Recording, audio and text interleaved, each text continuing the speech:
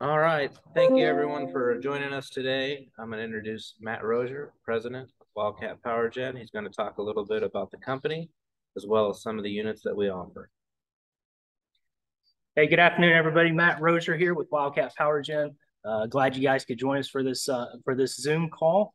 A little bit about Wildcat Power Gen. We've been around for about 10 years now. Been building generators here in Wichita or in the Kansas area for 3, and prior to that, Ohio.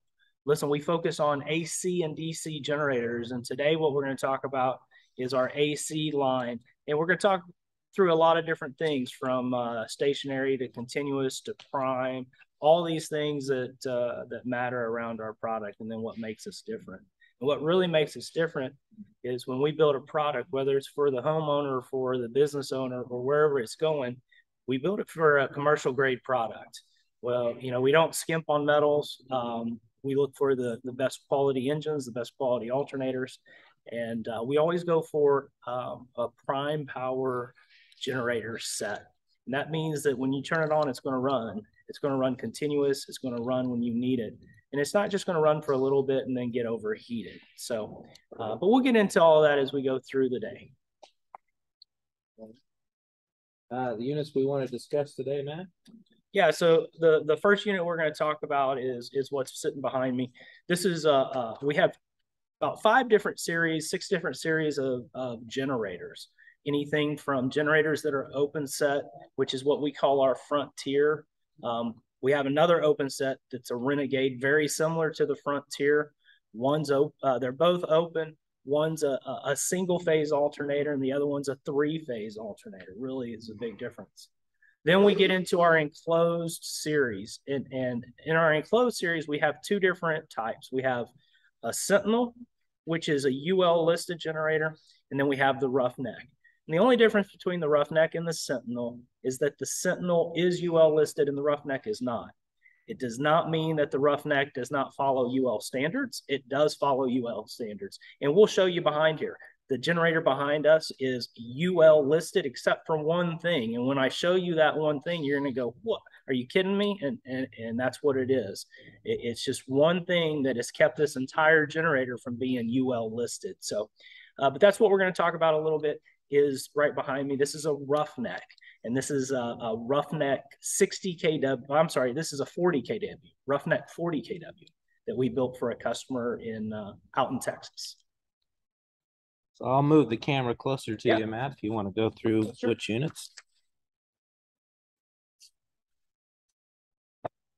So really the first thing to pay attention is we start to get into generators. And when you're looking at generators, the difference between a standby stationary and an emergency prime generator is really the material.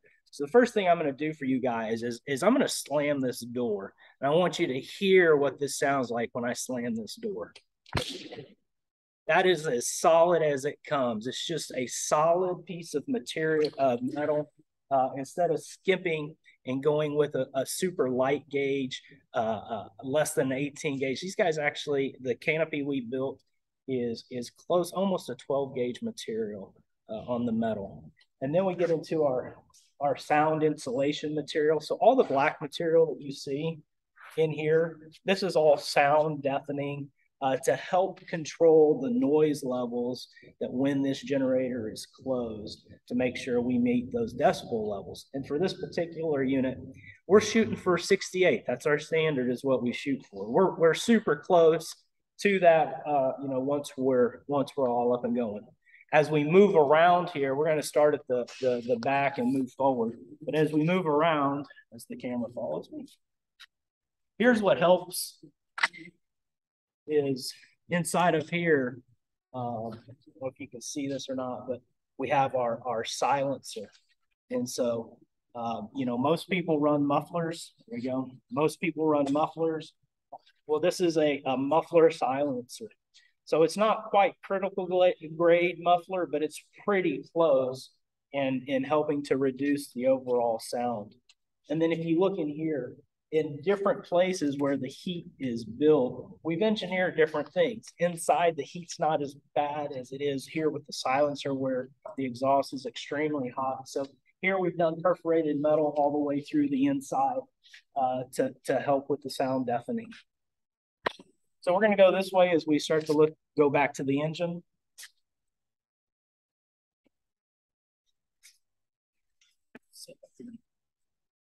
So for this particular model, we run a Stanford alternator. This is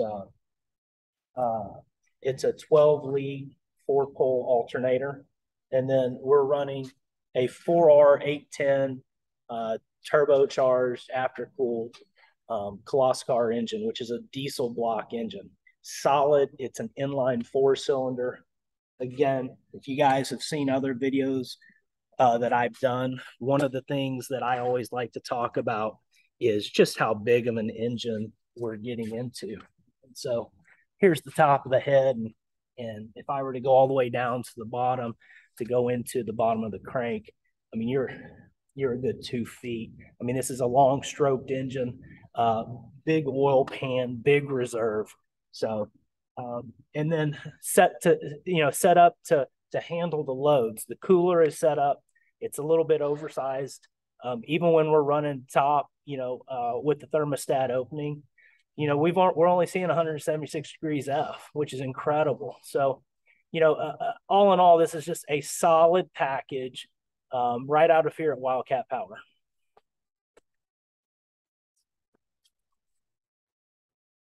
All right, what's next? Questions and answers. Okay. Do we have any? Matt, hey, this is Candy. I have some questions that have been submitted by others. Here's the first one. What are the most important things to consider when purchasing a standby emergency generator system? Well, the first thing you want to think about when you're purchasing a standby generator is what your fuel is. Do you have access to natural gas or propane, or are you going to run diesel? This is a diesel version. And so that's really the first thing you want to think through, what's most economical. And that can be all over the board. Diesel is just as it's a little bit pricey right now, but the availability of diesel, it can be easier than propane at times, and then even natural gas if you don't have a natural gas line. So really, that's the first thing you want to consider. The next thing you want to sit back to consider is how long do you expect the generator to run in an outage? Not how much do you expect it to run in a year. So, some people will sit back and go, okay, I'm going to buy this as a backup to my house, and that's great. But if you're planning on an extended outage, which we all should be prepared for, we have a blackout or a brownout, hurricane, whatever it may be, ice storm, you name it. How long do you expect it to run? And then you really need to understand the difference between stationary, continuous, and prime. And so as we look at an emission certification from the US EPA, they rank emissions based on how long the engine's actually going to run. And so in a stationary application, you only have to, you're allowed 250 hours in a year. Now, in an emergency situation, you can go over that, but that's all you have. That's all the emissions is really allowed for.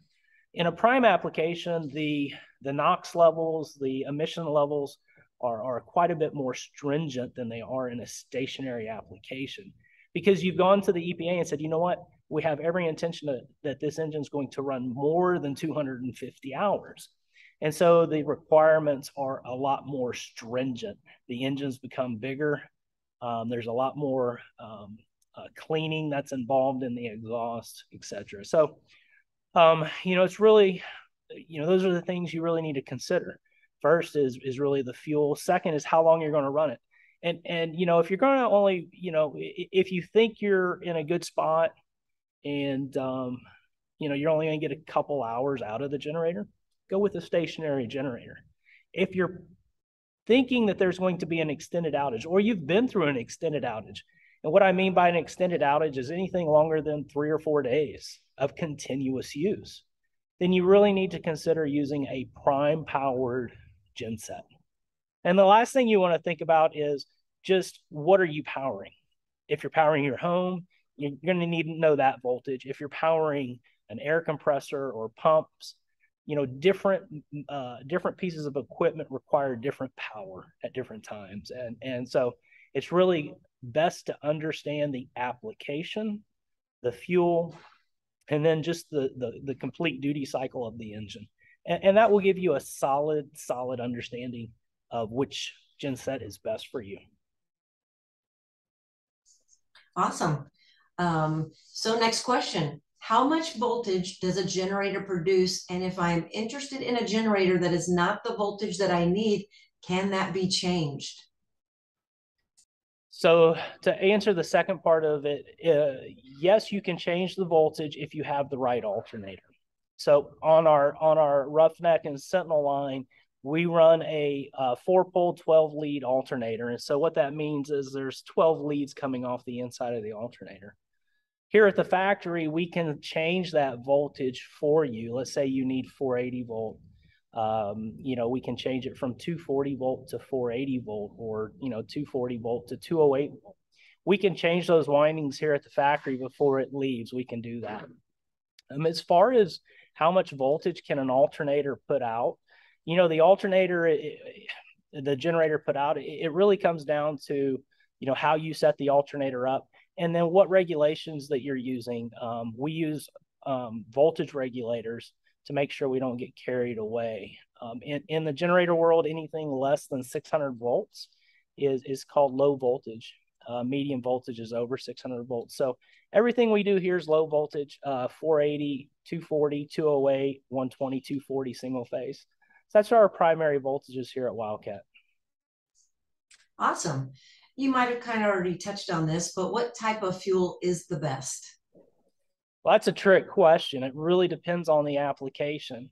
They all have their benefits.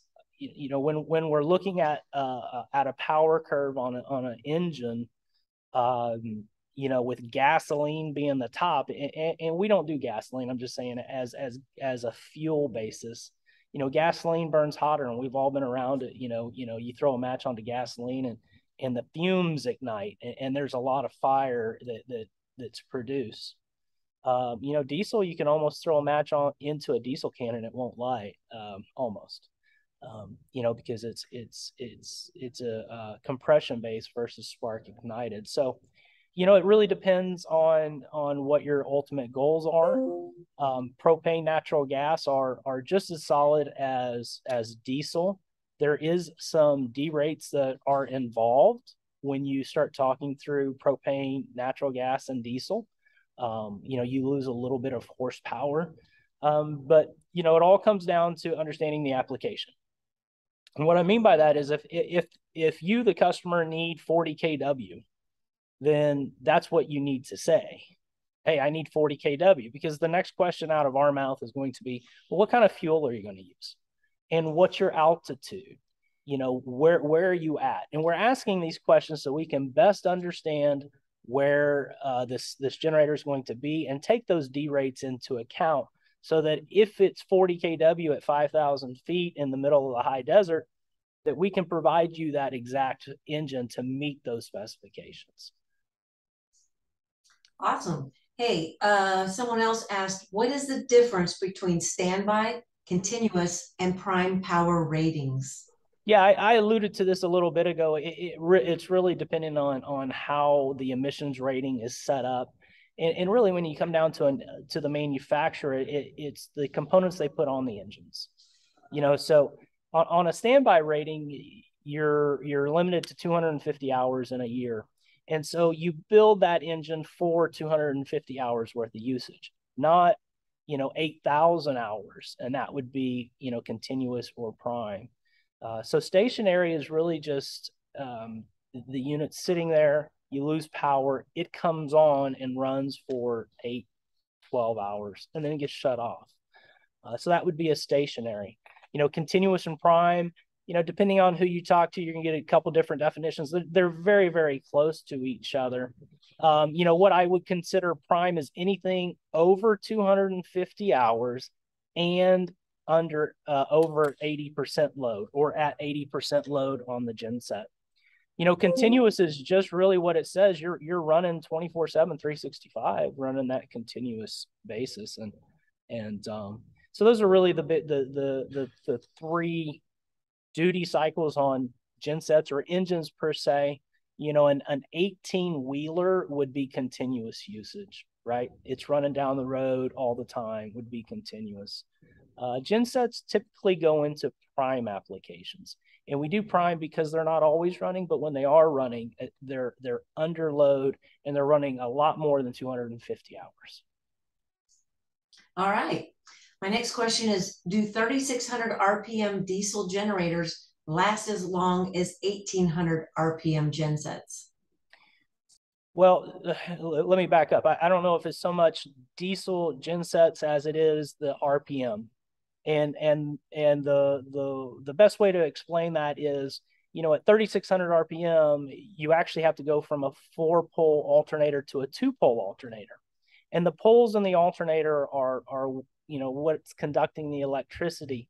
As the rotor is turning, there's 2 poles on the stator that's picking up that electricity and sending it out.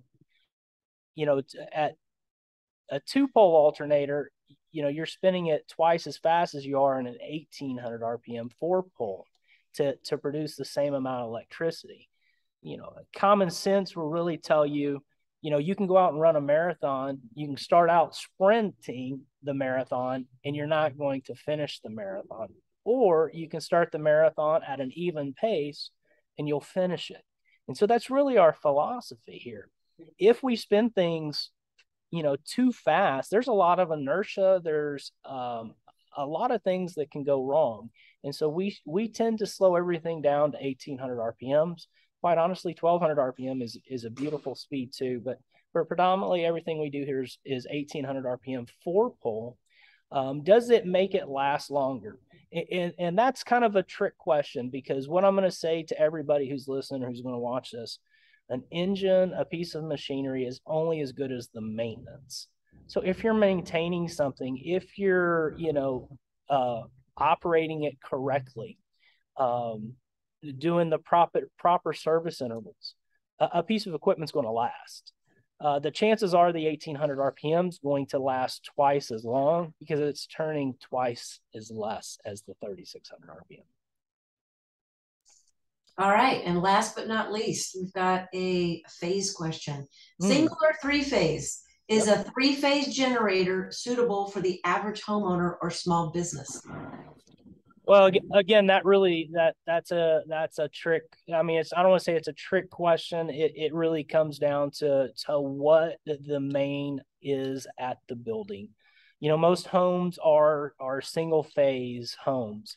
And as we drive down the road, you don't know if you've ever looked at utility poles, but you'll start to notice if you do, there's only 3 lines on the utility pole.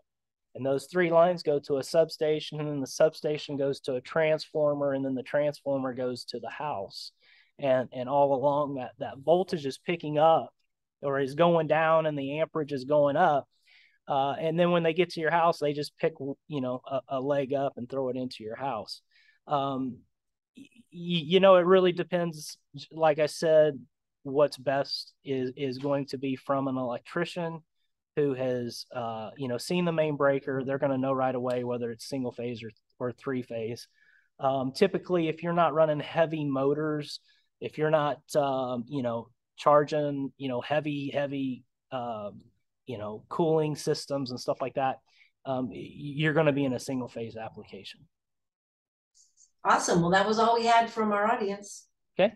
I guess one thing I'd like to ask, Matt, is just talk briefly about our warranty and why it's important to do the maintenance and et cetera to keep these things running. Yeah, so I don't know if you guys heard that, but the question is you know, a little bit about Wildcat's warranty and why maintenance is so important. You know, a little backstory, kind of our claim to fame is, you know, at one point, almost every single generator we had put out had over 15,000 hours on them. We've got generators out there today that have our name on it that have over 30,000 hours on it. But they have those hours because our customers understand the importance of maintenance. So generators, you know, you can't put miles on it like your car. It's all based on hours. And so we're under the impression that, you know, every 500 hours, you need to be servicing your generator. And there's some other basic guidelines to go by. But where we've seen success is when we've implemented the correct oil, the correct filters, and the correct service intervals for the oil, and then routine maintenance on the air and the coolant, and then just taking time to make sure everything else is greased and lubed. And if you're doing that, warranty is not an issue. Okay, that's you'll never get to our warranty. However, we know not everybody's like us, or and people get busy and they miss a service interval or here and there. And so we've gone ahead and put in there a 3-year or 5,000 hour warranty from us on our equipment. I mean, that's how much we believe in it. So if you're doing your service intervals, you're maintaining it, there's no reason why when you buy a generator from us, you buy a generator from me, it'll probably be your last generator, quite honestly. Or you'll be coming back to me in 20 years going, dude, I need another one. I've just put 45,000 hours on this gen set. That's our goal, and that's what we're trying to strive to do. Warranties are there just in case there is a manufacturer's defect. We buy our products, our engines and alternators from quality companies. We use Stanford, we use Leroy, we use Marathon on our alternator ends. We use Koloskar, which is Koloskar and Aero engines. We've used Kubota in the past too. But really the warranty is built to take care of any kind of manufacturing defect that may occur by chance. But from here at the factory, we sit back after we build your generator. We actually hot test these things. We run them up to 30 minutes. We make sure that everything's, all the thermostats are opening on the engine, and then we turn it back around and we throw a load on it. And we load it up and make sure that it'll carry 100% load. And then we run it for a good 30 minutes at 75% load. So when it leaves here, we know without a shadow of a doubt that engine's going to perform just the way you want it. Matter of fact, here's what we're going to do now is this unit behind us, we're going to just give her a rip, let her run for you so you can hear it run. Hang on.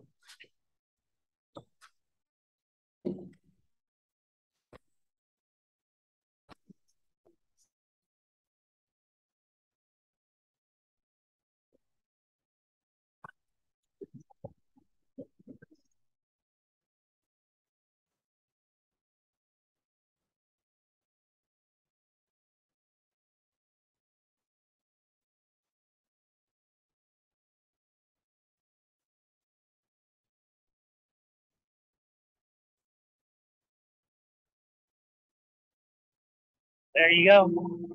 That's 40 kW, diesel engine, 1,800 RPM.